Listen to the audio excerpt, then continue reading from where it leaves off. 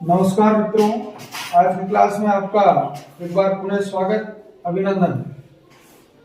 अपनी क्लास चल रही थी अविकारी शब्दों पे। किस पे चल रही थी? अविकारी शब्द।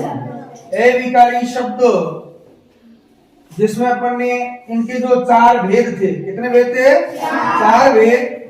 क्रिया विशेषण, समुच्चय बोधक, संबंध बोधक और विस्मयादि बोधक।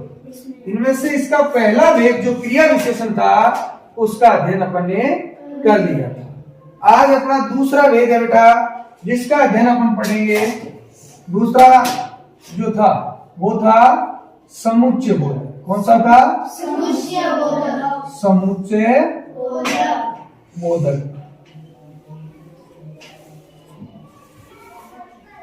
समुच्चय बोधक। पहला भेद अपन ने पढ़ा क्रिया विशेषण, यानी जो क्रिया की विशेषता बताने वाले शब्द होते हैं उनको क्रिया विशेषण कहते हैं। और क्रिया विशेषण के भी चार भेद थे: कालवाचक, स्थानवाचक, रीतिवाचक और परिमाणवाचक। ठीक है। अब अगला भेद है अपना समुच्चय बोधक अव्यय। क्रिया विशेषण के बाद दूसरा समुच्चय बोधक अव्यय। बात आती है कि ये समुच्चय बोधक अव्यय जो है वो किसी है अव्यय यानी अविकारी। अव्यय यानी अविकारी। समुच्चय बोधक अव्यय बेटा उन्हें कहते हैं जो दो वाक्य या दो शब्द या दो वाक्यांश होते हैं। दो वाक्य होते हैं तो उनमें एक टुकड़ा वाक्य का अंश, वाक्य का एक भाग क्या कहलाता है? वाक्यांश कहलाता है। अंश जो टुकड़ा होता है वो। तो दो शब्दों को या दो वाक्यों को या दो वाक्यांशों को परस्पर यानी आपस में जोड़ते हैं या उन्हें अलग करते हैं, उन्हें अपन समुच्चय बोधक अव्यय कहते हैं। तो परिभाषा समझ में आ गई? यानी वे अव्यय शब्द या अविकारी शब्द जो दो पदों, दो वाक्यों या दो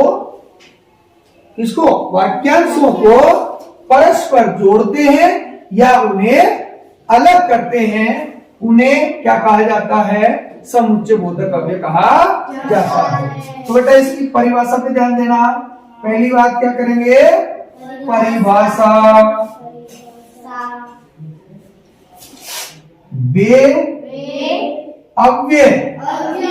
अव्यय का दूसरा नाम क्या है? अविकारी शब्द। तो वे अव्यय शब्द जो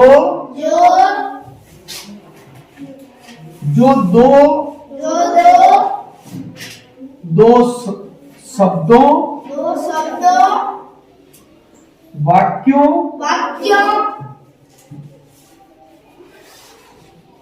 देखो, वे अव्यय शब्द जो दो शब्दों, वाक्यों तथा वाक्यांशों को परस्पर यानी आपस में, परस्पर का अर्थ क्या है? आपस में।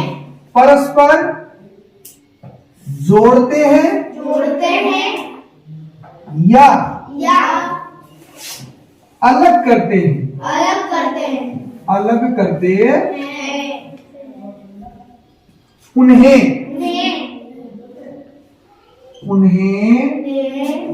देखो, वे अव्यय शब्द जो दो शब्दों, वाक्यों तथा वाक्यांशों को परस्पर जोड़ते हैं या अलग करते हैं, उन्हें समुच्चय बोधक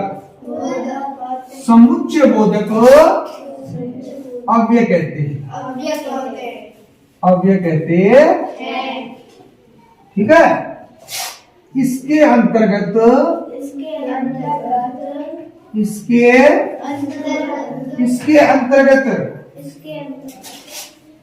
और तथा या किंतु लेकिन परंतु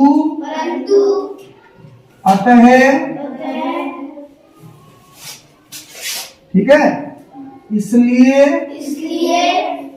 आदि आते हैं।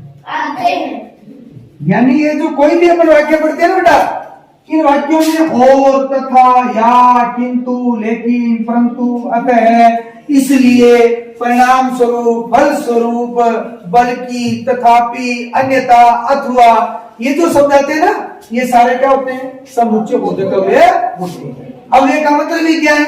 जो आप चाहे पुल्लिंग में लिखो, चाहे स्त्रीलिंग में लिखो, चाहे एक वचन में लिखो, चाहे बहुवचन में लिखो, ये बदलते नहीं है। वाक्य में ये शब्द वैसे के वैसे रहते हैं। ठीक है, तो परिभाषा बेटा समुच्चय बोधक की मेरे ख्याल से आपके समझ में आ गई होगी।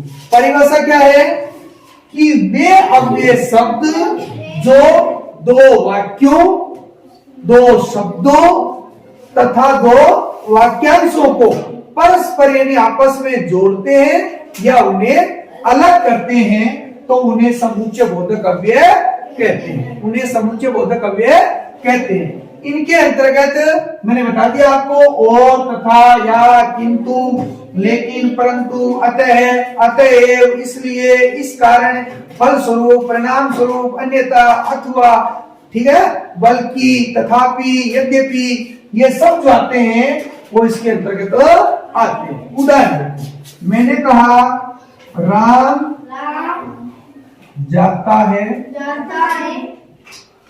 ठीक है, लेकिन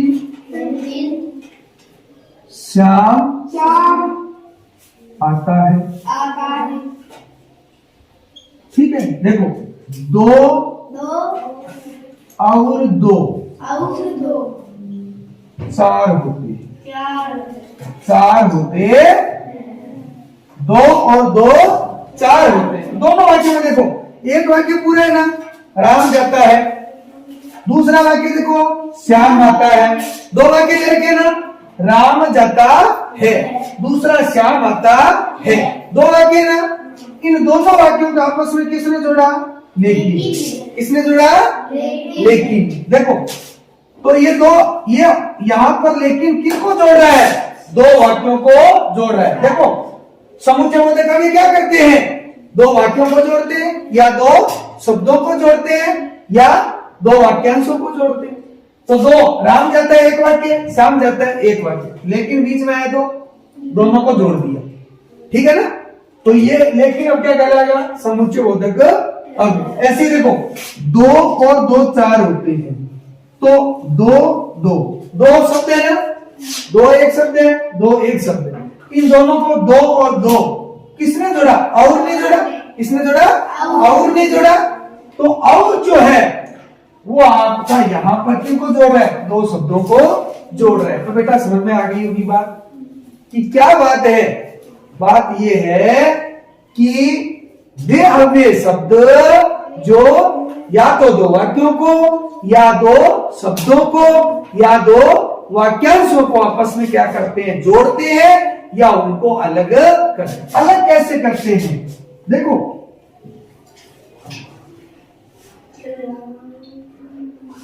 लिखता हूं, मैं जाऊंगा या श्याम जाएगा। वाक्य ना? देखो, मैं जाऊंगा, श्याम जाएगा, तो मैं लिख देता मैं जाऊंगा और, तो दोनों एक साथ हो जाते। लेकिन या लगते अलग कर रहा है ना दोनों को, कि या तो मैं जाऊंगा या श्याम जाएगा, दोनों में से एक ही जाएगा। तो अलग करने की बात कर दी ना, कि मैं जाऊंगा तो मैं जाऊंगा, या मैं नहीं जाऊंगा तो श्याम जाएगा। तो ये अलग किया कि नहीं? तो परस्पर या तो जोड़ते हैं या अलग करते हैं। इन्हें अपन क्या कहते हैं? समुच्चय बोधक अव्यय कहते हैं। ठीक है, अब बेटा जो समुच्चय बोधक अव्यय, इनको साफ कर दूं? ठीक है, अब देखिए समुच्चय बोधक अव्यय जो है, इन समुच्चय बोधक अव्ययों के भेद कितने होते हैं? समुच्चय बोधक अव्यय जो है, समुच्चय बोधक अव्यय के भेद, समुच्चय बोधक अव्यय जो होता है, इनके दो भेद होते हैं। कितने भेद होते हैं? दो भेद होते हैं। पहला है समानाधिकरण। क्या नाम है? समानाधिकरण समुच्चय बोधक। क्योंकि समुच्चय बोधक का भेद नहीं है तो समानाधिकरण समुच्चय बोधक।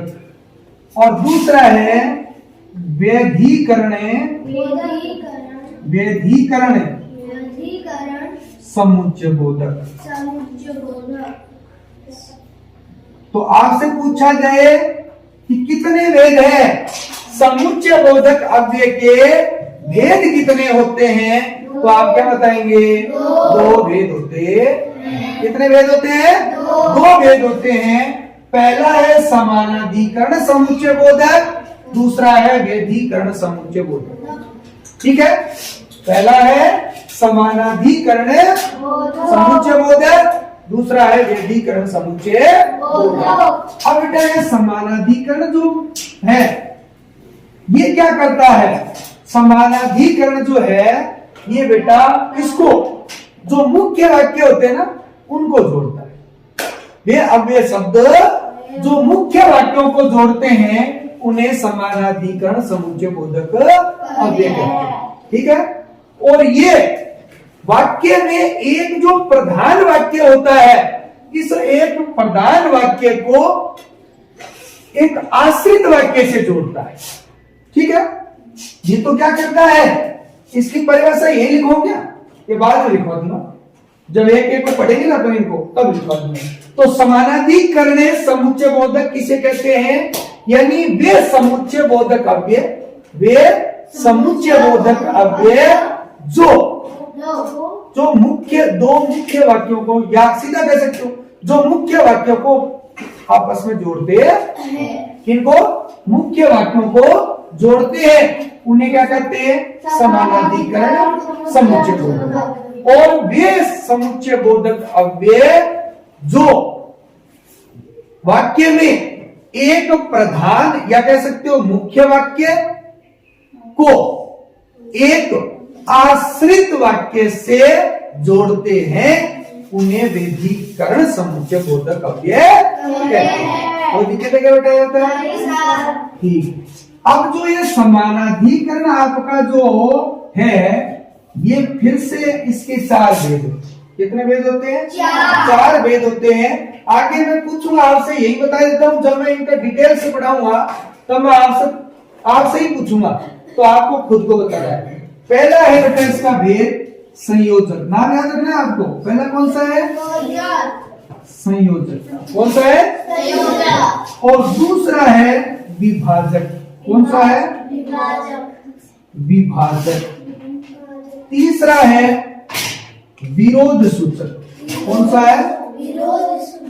विरोध सूचक। और चौथा जो है बेटा वो है परिणाम सूचक। कौन सा है? जब मैं करवाऊंगा तो आपसे ही पूछूंगा, ध्यान रखा। पहला कौन सा है? संयोजक समानाधिकरण समुच्चय बोधक, दूसरा है विभाजक समानाधिकरण समुच्चय बोधक, चौथा है विरोध सूचक समानाधिकरण समुच्चय बोधक, चौथा है परिणाम सूचक समानाधिकरण समुच्चय बोधक। कोई दिक्कत है जाता है? नहीं है? ठीक है। ऐसे ही बेटा जो व्यधिकरण है इसको भी अपन चार रूप में पढ़ेंगे। देखो अलग अलग भेद हो सकते हैं लेकिन चार अपने को यहाँ पढ़ने हैं।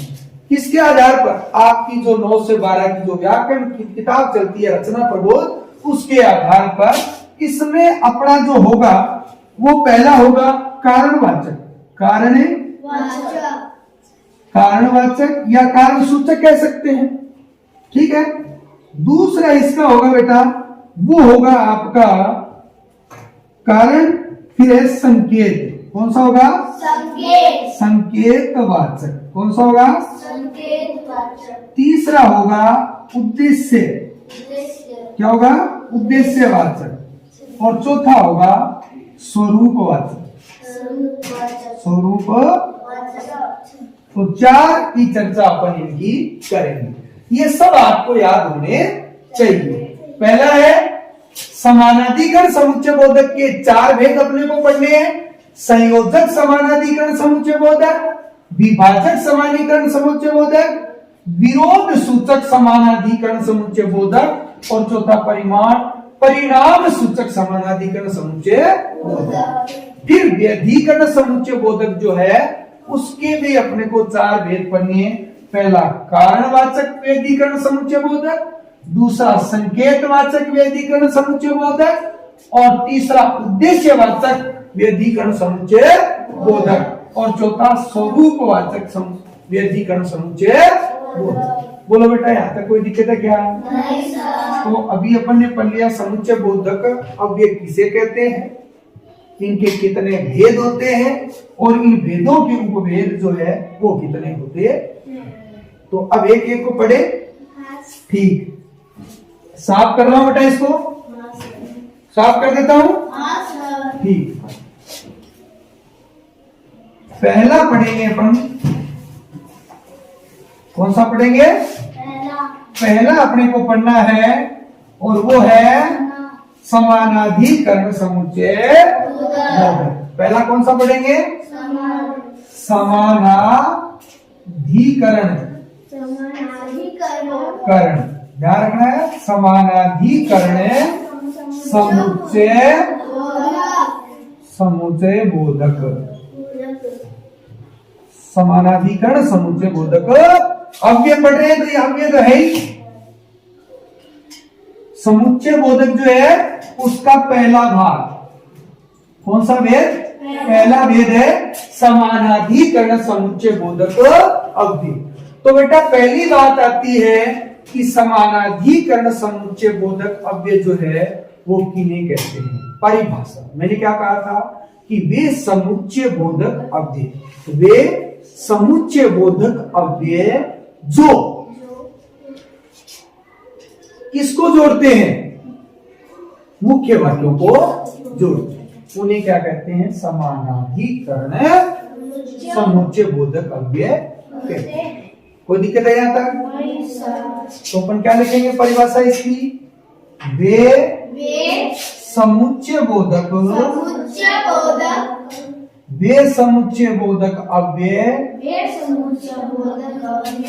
अव्यय जो वे समुच्चय बोधक अव्यय, ध्यान रखना बेटा, वे समुच्चय बोधक अव्यय जो मुख्य वाक्यों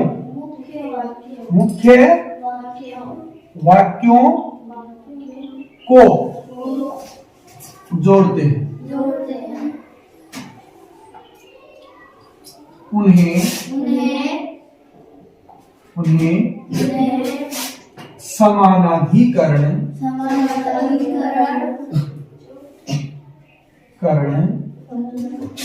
समुच्चय बोधक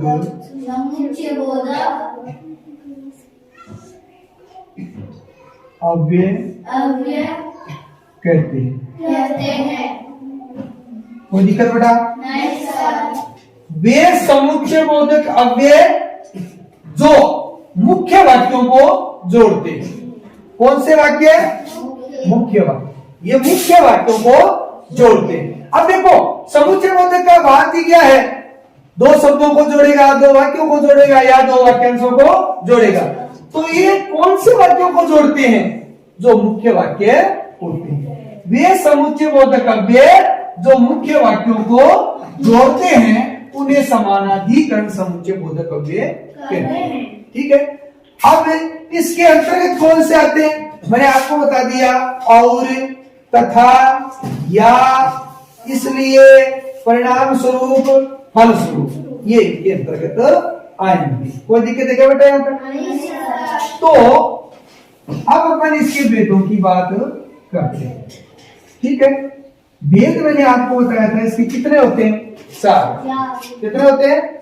4 भेद होते हैं। तो पहला भेद अपन पढ़ते हैं। डायग्राम में मैंने पहले बता दिया ना आपको, पहले ही बता दिया ना 4 भेद होते हैं। तो अब यहाँ बार-बार लिखने की जरूरत है क्या? सीधा उनका वर्णन ही करवाता हूं।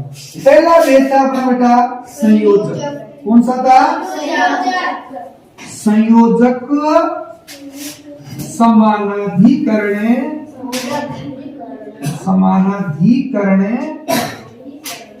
समुच्चय बोधक, समुच्चय बोधक।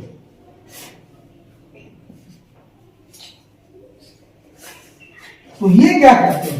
संयोजक का अर्थ होता है बेटा जोड़ना। क्या होता है? जोड़ना। संयोजक का अर्थ क्या होता है? जोड़ना। इसका मतलब है कि वे समुच्चय बोधक शब्द जो वाक्य में मत बोलो, सीधा ही बोलो कि वे समुच्चय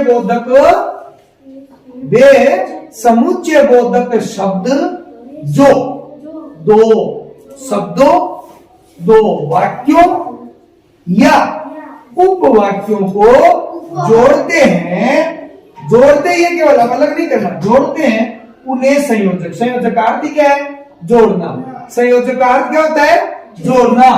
तो संयोजक जोड़ते हैं, उन्हें संयोजक समानाधिकरण समुच्चय बोधक कहते हैं। तो क्या हो जाएगा? वे समुच्चय बोधक, वे समुच्चय बोधक शब्द जो दो पदों, मैं पदों क्यों लिख रहा हूं? मैंने आपको एक क्लास में पहले भी ये बात बताई है कि वाक्य में प्रयुक्त प्रत्येक शब्द ही क्या कहलाता है? पद कहलाता है। कोई भी वाक्य है उसमें जितने शब्द दिए गए ना, उन सारे शब्दों को अपन पद ही कहते हैं। शब्द नहीं कहते, क्या कहते हैं? पद कहते हैं। तो वे समुच्चय बोधक शब्द जो दो पदों, वाक्यों या उपवाक्यों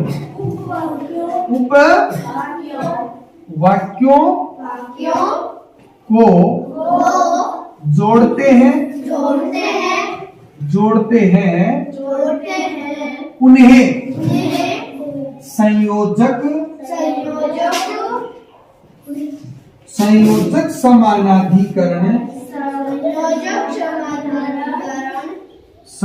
समानाधिकरण समुच्चय बोधक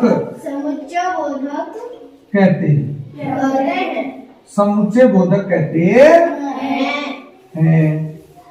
अब बेटा इसके अंतर्गत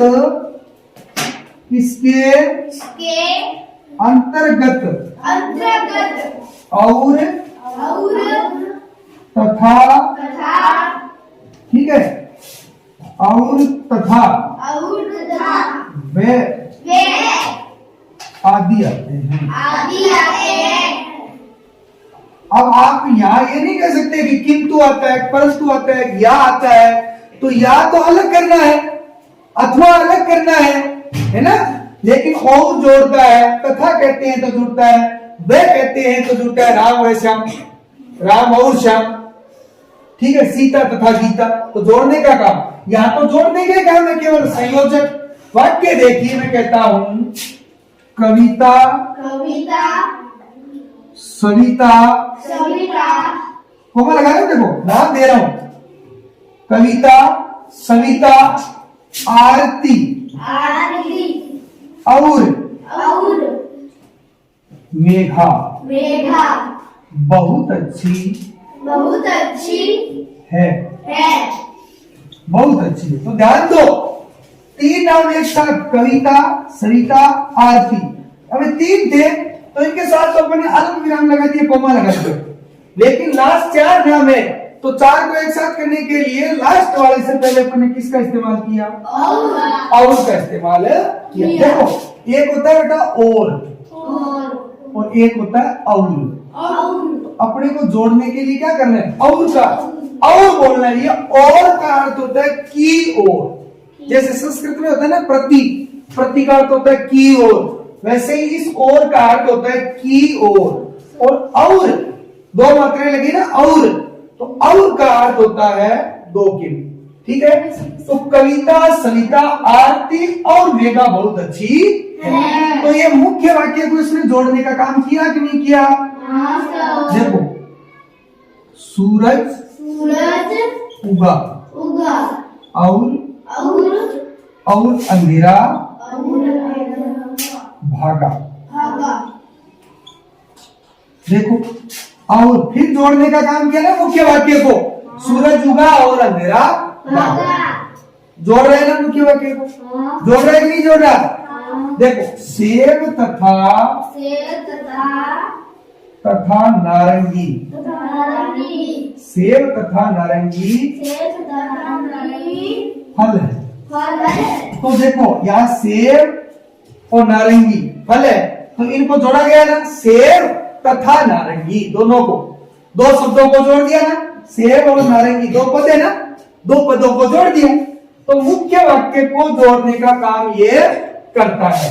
दो पदों, वाक्यों, उपवाक्यों को जोड़ते हैं मुख्य वाक्य में, तो दो पद दो वाक्य। देखो सूरज उगा, अंधेरा भागा, इनको जोड़ा किसने? और दो शब्द थे नारंगी और सेब, इन दोनों शब्दों यानी पदों को किसने जोड़ा? तथा ने जोड़ा कि नहीं जोड़ा? एक वाक्य और देता हूं, देखो महापुरुष, महापुरुष, ध्यान देना, महापुरुष एवं, इसके साथ आप क्या जोड़ सकते हो? एवं भी जोड़ सकते हो, ये भी जोड़ने का काम करता है, जोड़ने का काम ही करता है। महापुरुष एवं गुरुजन, ध्यान देना, दोनों को जोड़ा गया किसके द्वारा? महापुरुष एवं गुरुजन सभी के पूजनीय है, पूजनीय है। तो महापुरुष और गुरुजन दो पद थे, उनको किससे जोड़ा गया? एवं से जोड़ा गया। तो बेटा यहाँ तक बात समझ में आ गई होगी। मैं आपको पढ़ा रहा हूं पहला समुच्चय बोधक का भेद, समानाधिकरण अव्यय। समानाधिकरण समुच्चय बोधक अव्यय वे होते हैं जो मुख्य वाक्यों को जोड़ते हैं। किनको जोड़ते हैं? मुख्य वाक्यों को जोड़ते हैं। और इनके जो समानाधिकरण समुच्चय बोधक अव्यय, इनके चार भेद होते हैं। पहला भेद है संयोजक समानाधिकरण अव्यय। संयोजक समानाधिकरण अव्यय यानी वे समुच्चय बोधक अव्यय जो दो पदों, वाक्यों तथा उपवाक्यों को जोड़ते हैं, उन्हें संयोजक समानाधिकरण समुच्चय बोधक अव्यय कहते हैं। इनके अंतर्गत मैंने आपको बताया एवं, और, तथा, व आदि आते हैं। ये आपको मैंने वाक्य के उदाहरण देकर के भी बता दिए। तो दूसरा भेद पढ़े इसका, पढ़े दूसरा भेद।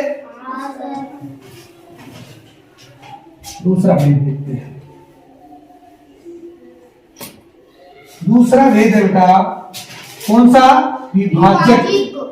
विभाजक कौन सा था? विभाजक समानाधिकरण। तो वे अव्यय जो दो या दो से अधिक पदों या वाक्यों को जोड़कर भी अर्थ को अलग कर देते हैं, बांट देते हैं। जोड़ते तो है ही, इसकी तरह दो या दो से अधिक जो पद है या वाक्य है, उनको आपस में वो क्या करते हैं? जोड़ते हैं। जोड़ करके जोड़ते हैं, लेकिन जोड़ करके उनका जो अर्थ होता है ना, फिर उस अर्थ को बांट देते हैं या क्या कर देते हैं? अलग कर देते हैं। उन्हें अपन क्या कहते हैं? विभाजक। विभाजक का अर्थ बांटना, विभाजक का अर्थ क्या है? बांटना। तो दूसरा भेद समझना बेटा, दूसरा भेद है विभाजक समानाधिकरण। विभाजक समानाधिकरण समुच्चय बोधक। तो बेटा ये आपके समझ में आ गई बात। ये क्या करते हैं? संयोजक की तरह ही दो पदों या वाक्यों को जोड़ते, क्या करते हैं? जोड़ते हैं आपस में, लेकिन जोड़ करके फिर ये इनके अर्थ जो है उनका, उस अर्थ को बांट देते हैं या फिर उनका अलग कर देते हैं। उन्हें अपन क्या कहते हैं? विभाजक। विभाजक का अर्थ क्या है? बांटना। जैसे संयोजक का अर्थ क्या था? जोड़ना। विभाजक का अर्थ क्या है? बांटना या अलग करना। ठीक है, तो अपन लिखेंगे वे समुच्चय बोधक अव्यय। समुच्चय बोधक अव्यय जो दो या अधिक, अधिक भी हो सकते हैं, दो या अधिक पदों या वाक्यों को जोड़कर देखो जोड़ते तो है, लेकिन जोड़कर भी किसको? अर्थ को। जोड़कर भी अर्थ को बांट देते हैं। क्या कर देते हैं? बांट देते हैं, या कह सकते हैं अलग कर देते हैं। अलग कर देते हैं। उन्हें विभाजक, देखो इसका नाम विभाजक कह सकते हैं, इसको विभक्त भी कह सकते हैं। क्या कह सकते हैं? विभक्त भी कह सकते हैं, या इसको विकल्प भी कह सकते हैं। ठीक है। समानाधिकरण,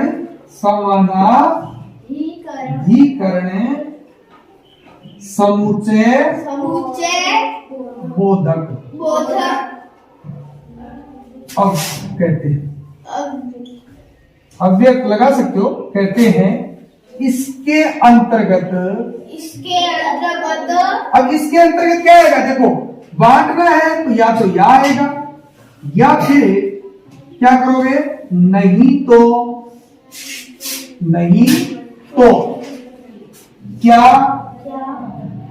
दो बार वाक्य में क्या ने की आदि आते। तो बेटा बताओ आप, समझ में आया क्या? संयोजक वाक्यों को जोड़ रहा था, दो पदों को जोड़ रहा था, दो उपवाक्यों को जोड़ रहा था, और विभाजक क्या कर रहा है? जोड़ता तो है, लेकिन जोड़ करके उनका जो अर्थ होता है उस अर्थ को क्या कर देता है? बांट देता है या अलग कर देता है। उन्हें ही अपन विभाजक समानाधिकरण समुच्चय बोधक कहते हैं। इसे ही विभक्त समानाधिकरण कहते हैं, और इसे ही विकल्पक, यानी या तो ये या तो ये, इनमें से बात करता है। जैसे देखो मैं उदाहरण देता हूं, रविंद्र या कविंद्र। रविंद्र या कविंद्र स्कूल जाएगा। मैंने ये नहीं कहा जाएंगे, जाएगा। क्यों कहा? क्योंकि या लगा है। क्या लगा है बेटा? यहाँ तो ये बांट दिया, नहीं बांट दिया। अर्थ देखो, दो पदों को जोड़ा है ना, रविंद्र और कविंद्र। जोड़ तो रखा है, लेकिन जोड़ने में इनका अर्थ क्या कर दिया इसने? अलग। देखो रविंद्र कविंद्र दोनों जुड़े हुए, या से जुड़े हुए, तो जोड़ता तो है लेकिन अर्थ को अलग कर देता है। अब और लगा होता तो रविंद्र और कविंद्र स्कूल जाएंगे, दोनों जाते, लेकिन यहां लगते ही अर्थ अलग कर दिया, बांट दिया दोनों को। क्या बांटा? रविंद्र या कविंद्र स्कूल जाएगा, या तो रविंद्र जाएगा या कविंद्र जाएगा, दोनों में से एक ही जाएगा। नहीं तो वह आएगा मैं जाऊंगा। देखो वह आएगा या मैं जाऊंगा, तो या से जुड़े ना। देखो वह आएगा या मैं जाऊंगा, दोनों जुड़े हुए हैं या से जुड़े हुए तो है, लेकिन अर्थ अलग अलग बांट दिया कि नहीं बांट दिया? वह आएगा या फिर मैं जाऊंगा, दोनों अलग है कि नहीं? ऐसे ही देखो मैं एक उदाहरण देता हूं कि क्या स्त्री क्या पुरुष, क्या की बात की है? क्या स्त्री क्या पुरुष, सभी के मन में आनंद छा रहा है। उदाहरण देखो, क्या स्त्री क्या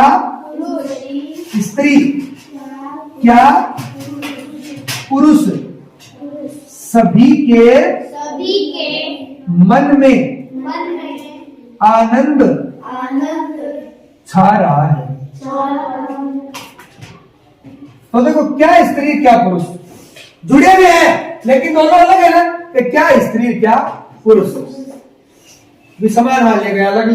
तो बोलो अलग अलग कैसे सोच रहे हो? क्या स्त्री क्या पुरुष, ये तो एक ही है। देखो सबके मन में आनंद छा रहा है, तो क्या क्या सोच रहे हैं ना? आनंद। आनंद से एक बात समझ में आई मेरे, एक बात याद है, ठीक है?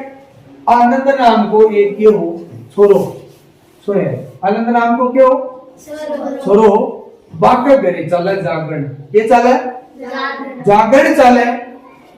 अब रात को टाइम दूध ले लो, जो को घरे कहीं डोल दियो, बेकार हो गयो वो।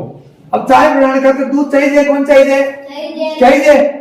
अब ये छोरे ने क्या करियो, माँ कहो जा दूध ले रहा, ये ले रहा, तुम वो बारे गयो बाजार में गए हो, अब रात की 10 बज रही, डेयरी बूथ क्या था? बंद। क्या मिलियो? बंद मिलियो। रात की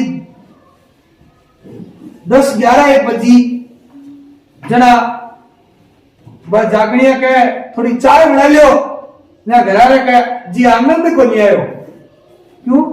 दूध लेने में तो आनंद ही गयो। अब्बा ने क्या आनंद है? छोरे को नाम है। बोले जी आनंद को नहीं आयो। बेचारा 1-2 बजे से फिर गयो जी चाय बना लियो, क्या जी आनंद को नहीं आयो।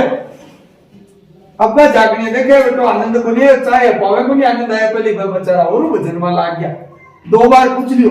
सुबह 4 बजे आरती करी, बीटन करो बिनु आरती करे, बिनु वो आनंद घरे आवे कि वो बूथ पर नहीं लादे बड़ी सो गई नींद आ गई।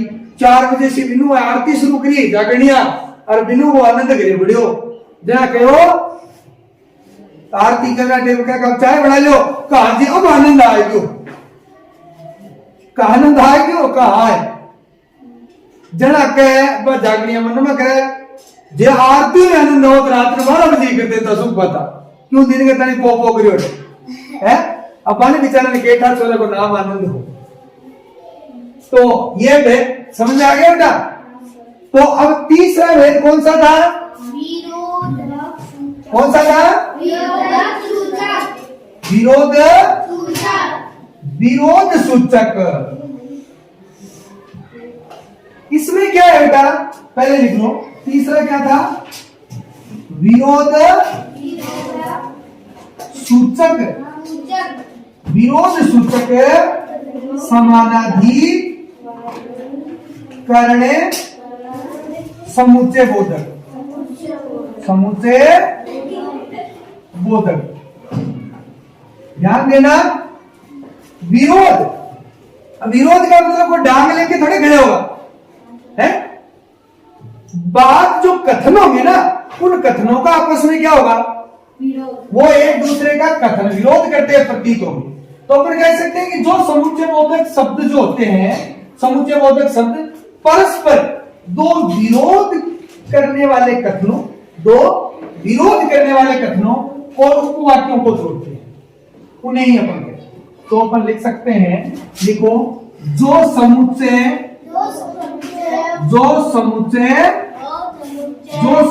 बोधक शब्द परस्पर, परस्पर का अर्थ कई बार बता दिया क्या होता है? आपस में। जो समुच्चय बोधक शब्द परस्पर दो विरोध करने वाले कथनों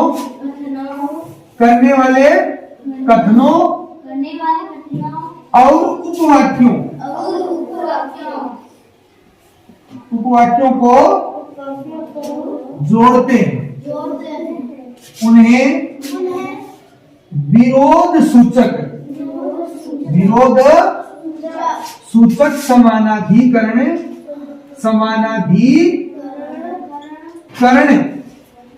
समुच्चय बोधक कहते हैं। इनके अंतर्गत देखो, इनके अंतर्गत किंतु, परंतु, लेकिन, अगर मगर, वर्ण, ठीक है, पर, बल्कि आदि आते हैं, ये आते हैं। तो देखो समझ आई बात है कि समुच्चय बोधक है वे समुच्चय बोधक शब्द जो परस्पर दो विरोध करने वाले कथन, एक दूसरे का विरोध करने वाले कथन, दो होंगे तो एक दूसरे का क्या करेंगे? विरोध करने वाले कथन, तो कथनों या उपवाक्यों को जोड़ते हैं, उन्हें विरोध सूचक समानाधिकरण समुच्चय बोधक कहते हैं। इनमें कौन कौन से आते हैं? किंतु, परंतु, लेकिन, अगर, मगर, वरण, बल्कि आदि। ठीक है। अब जैसे मैं उदाहरण दूं आपको इसका कि वह बोला था, वह बोला तो था, मैं बोला तो था, परंतु इतना साफ साफ नहीं, इतना साफ साफ नहीं। मैं बोला तो था परंतु इतना साफ साफ नहीं। इसका मतलब ये परंतु दो कथन है ना अपने पास। मैं बोला था, लेकिन एक दूसरे का विरोध प्रदर्शन करने वाले नहीं है सब। ये कथन एक दूसरे का विरोध कर रहे हैं ना, सहमति थोड़ी है इसमें। क्या थे कोई नाराज हो जना थाने घरे आओ तो दूसरों पूछे कभी के घरे गया वो थानू बोलियो होगे जब थे क्या कैसे कि यार बोलियो तो होगा थोड़ा यार बोलना तो था परंतु मन नहीं था उसका। क्या नहीं था? मन नहीं था। इसका मतलब वो बोलना नहीं चाहता था, ऊपरी मन से बोला था। तो यही तो बात है, बोला तो था परंतु इतना साफ साफ नहीं, तो एक दूसरे के विरोध को दर्शा रहे नहीं। ऐसे ही अपन कह सकते हैं श्याम ने उसे रोका परंतु वह रुका नहीं। श्याम ने उसे रोका परंतु वह रुका नहीं। अब देखो, सोहन पाठशाला गया था लेकिन पहुंचा नहीं। अब पाठशाला गया है तो पहुंचना चाहिए ना, तो विरोध है एक दूसरे का। सोहन पाठशाला गया था लेकिन पहुंचा नहीं, तो लेकिन जुड़ गया ना। तो बताओ बेटा ये समझ आ गया क्या?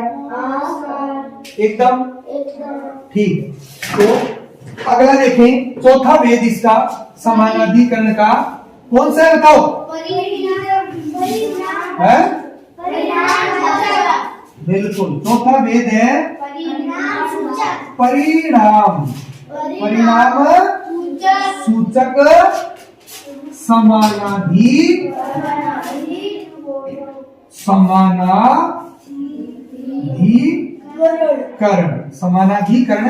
समुच्चय बोधक। सीधी सी बात है, इसमें परिणाम की बात हो, रिजल्ट की बात हो। परिणाम मतलब रिजल्ट। तो अपन कह सकते हैं कि जिन अव्यय शब्दों से परिणाम का पता चले उसे क्या कहेंगे? परिणाम सूचक समानाधिकरण समुच्चय बोधक कहते हैं। तो अपन कहेंगे जिन समुच्चय बोधक शब्दों से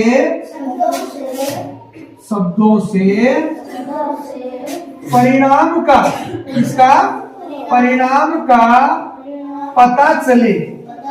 का पता चले उसे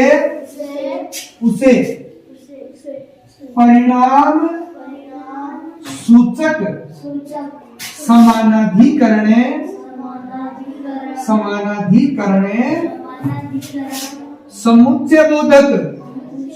समुच्चय बोधक कहते हैं। इसके अंतर्गत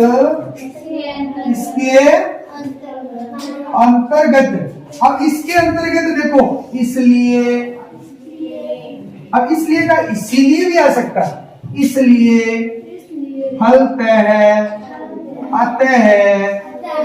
अतएव, ठीक है। अन्यथा फलस्वरूप परिणाम स्वरूप आदि, ठीक है। यह तो पता चल रहा है कि जिन समुच्चय बोधक शब्दों से परिणाम का पता चले उसे परिणाम सूचक समानाधिकरण समुच्चय बोधक कहते हैं। और इसके अंतर्गत अतएव, अन्यथा, परिणाम स्वरूप, फल स्वरूप, इसलिए, इसीलिए आदि आते हैं। देखो उदाहरण देखो, मैं कहता हूं अब रात होने लगी है। अब रात होने लगी है। अतः, अब रात होने लगी, अतः, या मैं लगा सकता हूं इसके इसलिए, कुछ भी लगाओ। अब रात होने लगी है अतः, या आप लिख सकते हो इसलिए दोनों अपनी जगह से उठे। तो यहां देखो, वो किसने उठे अपनी जगह से? रात हो गई थी। तो परिणाम है कि नहीं? कि वो रात नहीं होती, टूट जाते क्या? नहीं।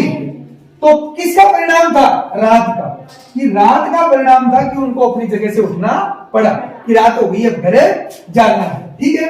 सूरज उगा, सूरज उगा सो अंधेरा हो, अंधेरा चला गया। तो परिणाम था ना, सूरज उगने का परिणाम था कि अंधेरा गायब हो गया। कोई दिक्कत है क्या? तो बेटा अपने समानाधिकरण जो है उसके चारों भेद पढ़ लिए हैं। अब लास्ट अपना इसका भेद बचता है कौन सा? आनंद आ रहा है क्या पढ़ेंगे? अब हो रहे हो? बढ़िया से आ रहे समझ में? दूसरा भेद था अपना कौन सा? व्यधिकरण। कौन सा था? व्यधिकरण समुच्चय बोधक।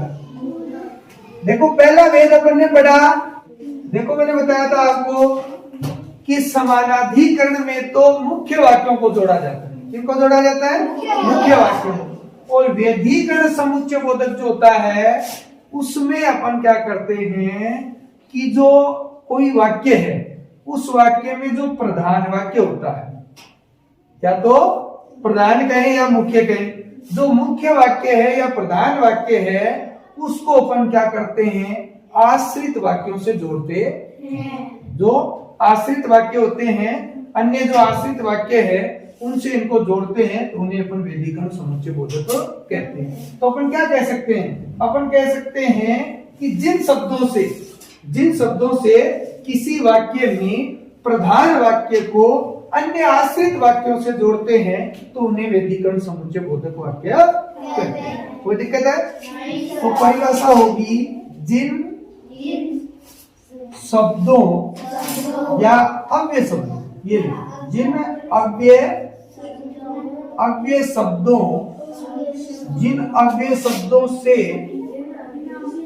शब्दों से किसी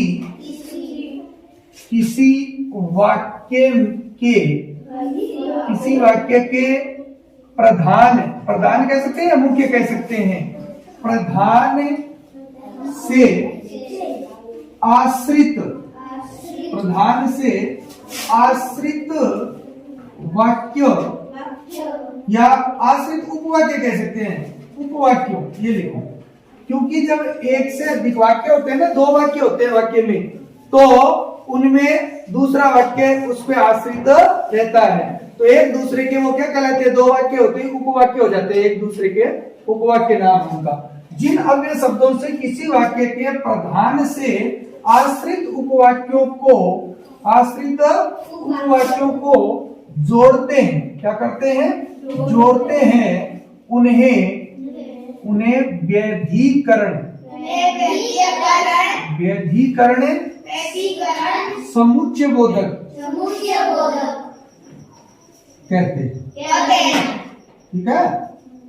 तो परिभाषा याद होगी, यानी सीधी सी बात है, इसमें जो दो वाक्य होते हैं, क्योंकि समुच्चय बोधक करता क्या है? दो पदों को, दो शब्दों को, पद शब्द एक ही वाक्य बनाने के बाद दो वाक्यों को, दो उपवाक्यों को जोड़ते ही तो है। तो दो उपवाक्य होते हैं, उनमें ये क्या करता है? वाक्य में जो प्रधान वाक्य होता है ना, उस वाक्य को आश्रित उपवाक्यों से क्या करते हैं? जोड़ते हैं, उन्हें अपन व्यधिकरण समुच्चय बोधक कहते हैं। अब बेटा इनके भेदों की बात, ठीक है ना? इनके भी मैंने आपको कितने भेद बताए थे? 4 भेद बताए थे। कितने भेद थे? इनके भी 4 भेद थे। देखो, पहला था कारणवाचक, दूसरा था संकेतवाचक, तीसरा था उद्देश्यवाचक और चौथा था स्वरूपवाचक। ठीक है। पहला कारणवाचक, दूसरा संकेतवाचक, तीसरा उद्देश्यवाचक, चौथा स्वरूपवाचक। तो पहले की बात अपन करते हैं। पहला है कारणवाचक व्यधिकरण। कारणवाचक व्यधिकरण समुच्चय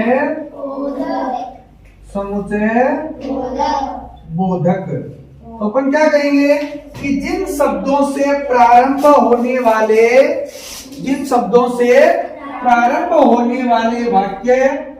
वाक्य जो है, उस ठीक है, उस वाक्य या वाक्य आप कह सकते हो प्रारंभ होने वाले वाक्य जो है, जिन शब्दों से प्रारंभ होने वाले वाक्य पहले वाक्य का क्या करते हैं, समर्थन करते हैं, पहले वाक्य का समर्थन करते हैं, उन्हें अपन कारणवाचक व्यधिकरण कहते हैं। ठीक है, तो लिखा दूं, तो अपन बताएंगे परिभाषा, जिन शब्दों, अब शब्द अब एक ही होंगे, ठीक है, जिन शब्दों से प्रारंभ होने वाले वाक्य, ध्यान रखना, जिन शब्दों से प्रारंभ होने वाले वाक्य पहले वाक्य का समर्थन करते हैं, पहले वाक्य का समर्थन करते हैं, उन्हें कारणवाचक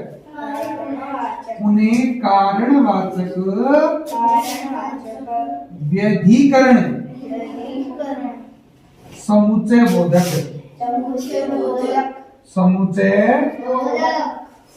बोधक कहते हैं।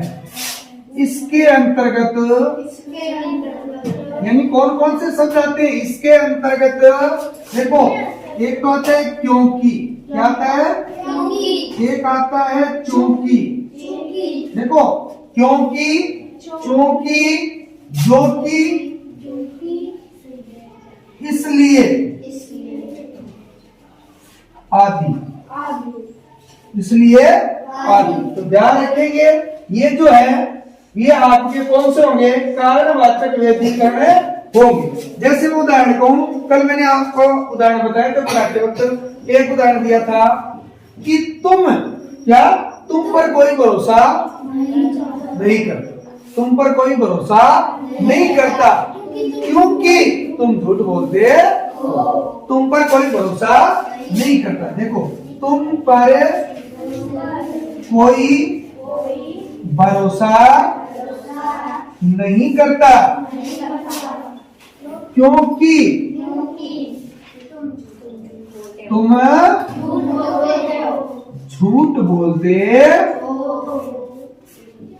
तुम झूठ बोलते हो। तो यहां पर देखो, कारण है कि नहीं, कारणवाचक है, इसका मतलब कारण है कि नहीं। मैंने क्या कहा, जिन शब्दों से प्रारंभ होने वाले वाक्य, तो क्योंकि से प्रारंभ हो रहा है, क्योंकि से प्रारंभ हो रहा है, प्रारंभ होने वाले वाक्य पहले वाक्य का समर्थन करते हैं, तो क्योंकि से तो ये वाक्य प्रारंभ हो रहा है और ये आपके पास पहला वाक्य है, इस वाक्य का ये वाक्य क्या करता है, समर्थन करता है। तो समर्थन किया कि नहीं किया, देखो, जिन शब्दों से प्रारंभ होने वाले वाक्य, तो क्योंकि से प्रारंभ हो रहा है, ये वाक्य प्रारंभ होने वाले वाक्य पहले वाक्य का समर्थन करते हैं, तो ये पहला, क्योंकि से पहले पहला वाक्य, इस वाक्य का ये पूरा वाक्य क्या कर रहा है, समर्थन कर रहा है। तो जो जिन शब्दों से प्रारंभ होते हैं ना, जिन शब्दों से, तो क्योंकि से शुरू हो रहा है, इस शब्द को अपन क्या कहेंगे, कारणवाचक व्यधिकरण समुच्चय बोधक कहेंगे। देख लो समर्थन कैसे हो रहा है, क्योंकि तुम झूठ बोलते हो, तो ये समर्थन किस बात का कर रहा है कि झूठ बोलते हो, इसीलिए क्या कर रहा है, तुम पर कोई भरोसा नहीं करता, तुम पर कोई भरोसा नहीं करता।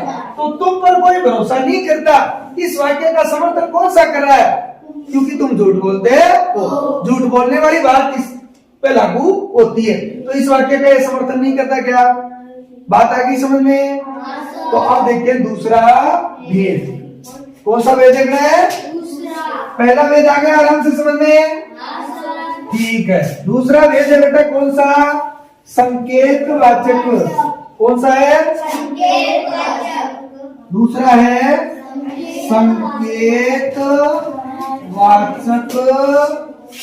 संकेतवाचक व्यधिकरण, संकेतवाचक व्यधिकरण समुच्चय बोधक।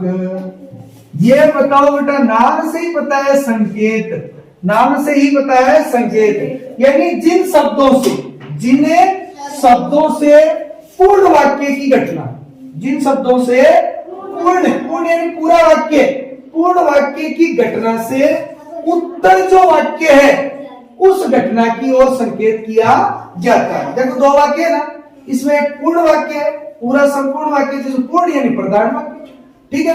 पूर्ण वाक्य है, उस पूर्ण वाक्य की जो घटना होती है उस घटना से उत्तर वाक्य, उत्तर यानी दूसरा, उत्तर पर इनका अर्थ क्या होता है दूसरा, तो उत्तर वाक्य या दूसरे वाक्य की घटना की ओर क्या किया जाता है, संकेत किया जाता है, उसे वेदीकरण, संकेत वाचक वेदीकरण समुच्चय बोधक कहते हैं। ठीक है, तो देखें, लिखवा दूं, जिन शब्दों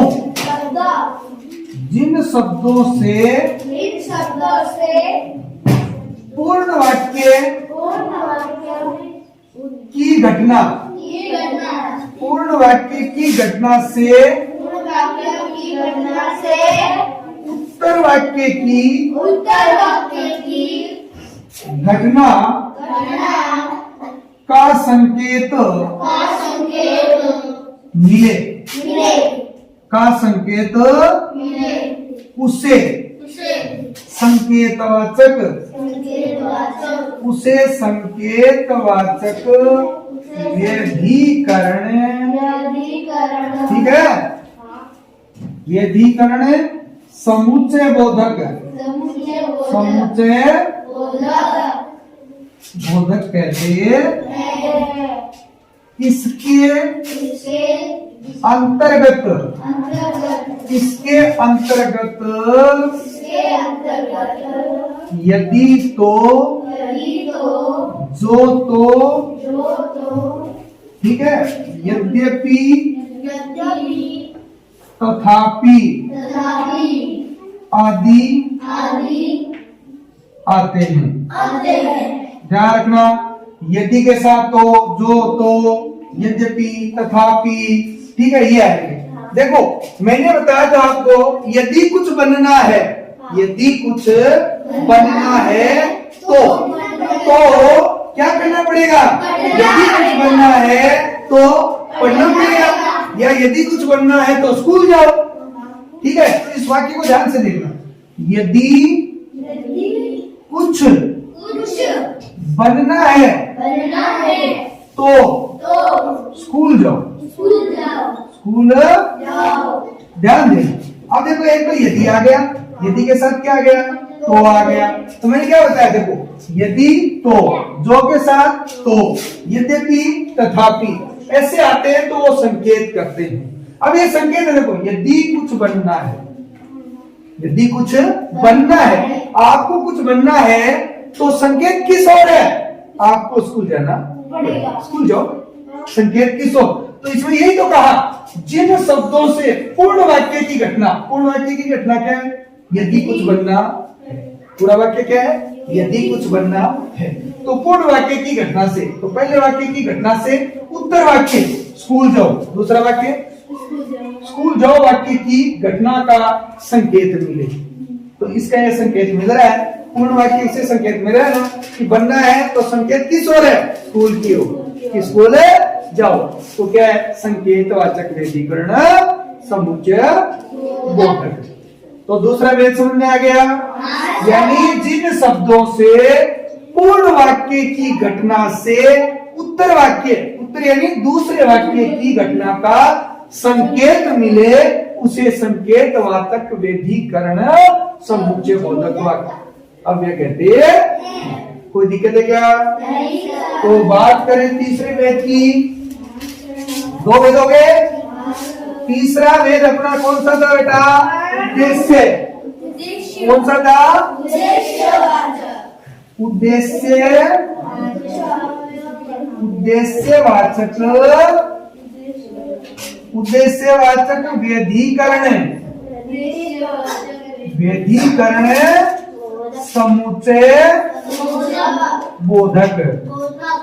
देखो नाम से ही पता है उद्देश्य, इसकी बात हो रही है उद्देश्य की भी। इस अव्यय के बाद आने वाला वाक्य मैं लिखवा देता हूं, पहले देखो फिर ढंग से समझना। इस अव्यय, इस अव्यय के बाद आने वाला वाक्य दूसरे वाक्य का उद्देश्य सूचित करता है। इसमें जो की ताकि जिससे आते हैं ध्यान रखना, ठीक है। जो की ताकि जिससे, ठीक है, ये आता है। जैसे देखो मैं एक उदाहरण दे रहा हूं, श्रेष्ठ कार्य करो ताकि माँ बाप गर्व करे या गर्व कर सके, गर्व कर सके। मैंने बताया पहले उदाहरण समझना, फिर परिभाषा समझना। श्रेष्ठ कार्य करो, अब ये ताकि मैंने क्या बताया, देखो क्या आएगा, जो की ताकि जिससे, ये इसमें आते हैं। श्रेष्ठ कार्य करो ताकि माँ बाप क्या करे, गर्व कर सके। अब परिभाषा समझ, माँ बाप गर्व कर सके आप पे, इसके लिए आपको क्या करना पड़ेगा, श्रेष्ठ काम करने पड़ेंगे। तो ये जोड़ा ना दोनों वाक्यों को। इस अव्यय के बाद आने वाला वाक्य, तो अव्यय तो कौन सा है, ताकि। तो देखो इस अव्यय, तो ये अव्यय है, इस अव्यय के बाद आने वाला वाक्य, तो ये आने वाला वाक्य है, कौन सा, माँ बाप गर्व कर सके। आने वाला वाक्य दूसरे वाक्य का, ये आपका दूसरा वाक्य है, इस दूसरे वाक्य का उद्देश्य सूचित करे, उद्देश्य सूचित करे। तो ये उद्देश्य सूचित कर रहा है कि नहीं कर रहा, ये अव्यय है। इसके बाद आने वाला वाक्य माँ बाप गर्व कर सके, तो ये आने वाला वाक्य किसका, इस दूसरे इस पहले वाक्य का, दूसरे वाक्य का क्या कर रहा है, उद्देश्य सूचित कर रहा है कि श्रेष्ठ कार्य करो। तो उद्देश्य, इसका उद्देश्य सूचित कर रहा है, तो श्रेष्ठ कार्य करो, इसका उद्देश्य क्या है, माँ बाप गर्व कर सके। इसका उद्देश्य सूचित कर रहा है कि नहीं कर रहा। तो अपने ये कहा कि इस अव्यय यानी उद्देश्यवाचक अव्यय के बाद आने वाला वाक्य, इसके बाद आने वाला वाक्य इस दूसरे वाक्य के उद्देश्य को क्या करता है, सूचित करता है या बताता है। तो उन्हें अपन उद्देश्यवाचक वेदीकरण समुच्चय बोधक अव्यय कहते हैं। अब बेटा ये समझ में आ गया, ठीक है। अब अपना लास्ट बताया बेटा चौथा, जो है स्वरूपवाचक व्यधिकरण, स्वरूपवाचक व्यधिकरण समुच्चय। देखो बेटा ये बहुत सरल है, सबसे सरल इसमें यही है, स्वरूपवाचक व्यधिकरण समुच्चय बोधक, यानी जिन शब्दों से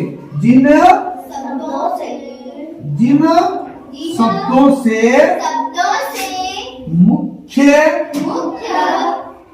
वाक्य का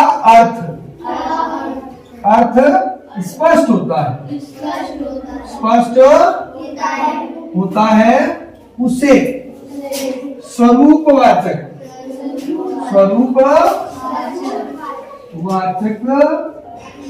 व्यधिकरण समुच्चय बोधक कहते हैं। देखो इसमें यानी कि अर्थात मानो आदि आते हैं। देखो क्या कह रहे हैं, ये तो बहुत सरल है कि जिन शब्दों से जो मुख्य वाक्य है, उस मुख्य वाक्य का क्या होता है, अपने अर्थ स्पष्ट होता। जिन शब्दों से मुख्य वाक्य का अर्थ स्पष्ट होता हो, उसे ही अपन स्वरूपवाचक व्यधिकरण समुच्चय बोधक कहते हैं। इसके अंतर्गत कौन से समुच्चय बोधक अभी आते हैं, तो आता है अर्थात, यानी कि, मानो आदि। जैसे मैंने एक उदाहरण बताया और बता रहा हूं कि वह इस तरह डर रहा है, वह इस तरह डर रहा है कि, या जैसे कि उसने चोरी की। वेरी गुड, बहुत बढ़िया। वह इस तरह, देखो वह तरह डर रहा है, जैसे जैसे उसने ही चोरी की हो। तो जैसे यहाँ है ना, तो इसमें बेटा अर्थात के साथ जैसे भी आता है। तो यानी कि जैसे अर्थात मानो आदि आते हैं। तो वह इस तरह डरा है जैसे उसने ही चोरी की हो। तो ये जैसे लगते ये पूर्ण आपको स्पष्ट कर देता है एकदम। देखो वह इस तरह डरा है उसने ही चोरी की हो, लेकिन जैसे लगाया तो मुख्य अर्थ को अच्छी तरह स्पष्ट कर रहा है कि वह इस तरह डरा है जैसे उसने ही चोरी की हो। तो बेटा ये समझ में आ गया होगा। तो आज अपनी जो क्लास थी वो थी इसकी समुच्चय बोधक। इसकी थी समुच्चय बोधक। देखो अपन ने अविकारी के कितने वेद पढ़े थे? 4 वेद पढ़े। अविकारी अव्यय के 4 वेद पढ़े थे। पहला क्रिया विशेषण, दूसरा समुच्चय बोधक, तीसरा संबंध बोधक और चौथा विस्मयादि बोधक। इसमें से पहली क्लास में अपन ने पढ़ लिया था क्रिया विशेषण, किसे कहते हैं, उसके कितने वेद होते हैं। उसके बाद अपन ने पढ़ा दूसरा वेद समुच्चय बोधक अव्यय। समुच्चय बोधक अव्यय मैंने बताया था आपको, ये 2 पदों, 2 वाक्यों, 2 उपवाक्यों को क्या करता है? जोड़ता। क्या करता है? जोड़ता है। तो समुच्चय बोधक कहलाते हैं। फिर मैंने कहा समुच्चय बोधक के अंदर आपके समुच्चय बोधक के 2 वेद होते हैं। कितने वेद होते हैं? 2। समानाधिकरण समुच्चय बोधक और वेदीकरण समुच्चय बोधक। समानाधिकरण में मुख्य वाक्यों को जोड़ा जाता है और वेदीकरण जो समुच्चय बोधक होता है उनमें प्रधान वाक्यों को आश्रित वाक्यों से जोड़ा जाता है। दोनों के 4-4 वेद होते हैं। तो मैंने समानाधिकरण के भी पढ़ा दिए हैं और वेदीकरण के भी पढ़ा दिए हैं। तो ये टॉपिक बेटा क्या है कि थोड़ा सा आपको क्या लगेगा, जटिल लगेगा अन्य टॉपिकों से, क्योंकि जैसे आप संज्ञा है, सर्वनाम, विशेषण, क्रिया, ये तो बार बार हर कक्षाओं में पढ़ते हुए आते हो। लेकिन क्या है, ये एक ऐसा टॉपिक है जिसमें आपने क्रिया विशेषण फिर भी पढ़ा होगा, लेकिन समुच्चय बोधक इतना नहीं पढ़ा। और नहीं पढ़ने के कारण ये थोड़ा सा अपने को क्या लगता है, जटिल लगता है। जैसे पहली बार स्कूल जाते हैं तो क लिखना भी बच्चे को क्या लगता है, आप सभी को मुश्किल लगा। उसके बाद आप धीरे धीरे जैसे ही आप लगातार रूटीन में रहे, क भी सीख गए, पूरी वर्णमाला सीख गए, बारह खड़ी सीख गए, फिर आप किताब पढ़ना सीख गए, अब सब कुछ आने लगे ना। तो वैसे ही ये आपके लिए वो क कबूतर वाली श्रेणी है। आप इसको 2 बार 3 बार अच्छे से पढ़ोगे। आज पहली बार इसका परिचय आपसे हुआ है, आप दोबारा पढ़ोगे, इसको बार बार पढ़ोगे तो वो कैसे कबूतर है वो आपको गे से ज्ञानी तक लेके चला जाएगा। आराम से आप इसको सीख जाओगे। ठीक है, तो आशा करता हूं आपको ये टॉपिक अच्छे से भली भांति समझ में आ गया होगा। अगर इसमें आपके कोई शंका समाधान है तो आप नेक्स्ट क्लास में मुझसे इसके बारे में प्रश्न कर सकते हैं। मैं आपको अच्छी प्रकार से संतुष्ट करूंगा। तब तक के लिए आज की क्लास को देते हैं विराम। फिर मिलेंगे इसके अगले भेद संबंधवाचक के साथ। तब तक के लिए राम राम।